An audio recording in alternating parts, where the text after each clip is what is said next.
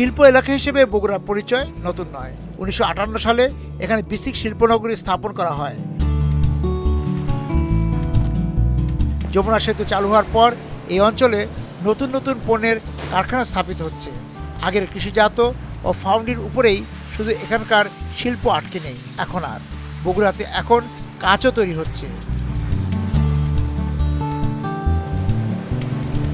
2018 সালে কাঁচ শিল্পে যাত্রা শুরু করা বগুড়ার কারখানাটি দৈনিক 60 টন কাঁচ উৎপাদন করে। জ্বালানির নিশ্চয়তা পেলে উৎপাদন আরও বাড়ানো সম্ভব।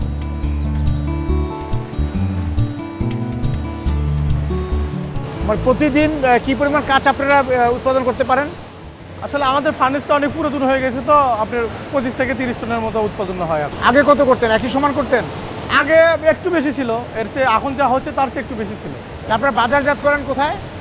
এটা আমাদের রাজধানী ঢাকা সহ সারা বাংলাদেশে বাজার, সারা বাংলাদেশে হচ্ছে।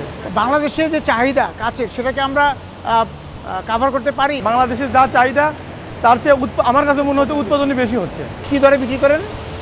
এটা আপনার টন হিসেবে বিক্রি হচ্ছে। 30-32 হাজার টাকা ছিল, এখন এরকমই আছে। এখন 23, 24, 25 এরকম হচ্ছে।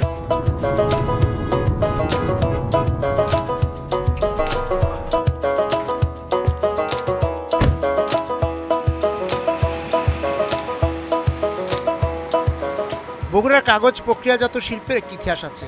2009 সালে প্রথম ঢাকা রংপুর মহাসড়কের পাশে গড়ে ওঠে বিসিএল পেপার মিলস।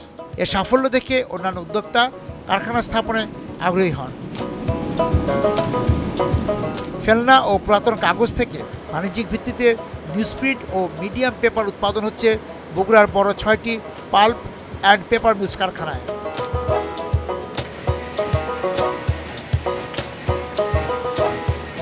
বিগত 3.5 বছরে গড়ে ওঠা এসব কারখানার প্রতিটিতে দৈনিক গড়ে 40 থেকে 50 টন কাগজ উৎপাদন হচ্ছে।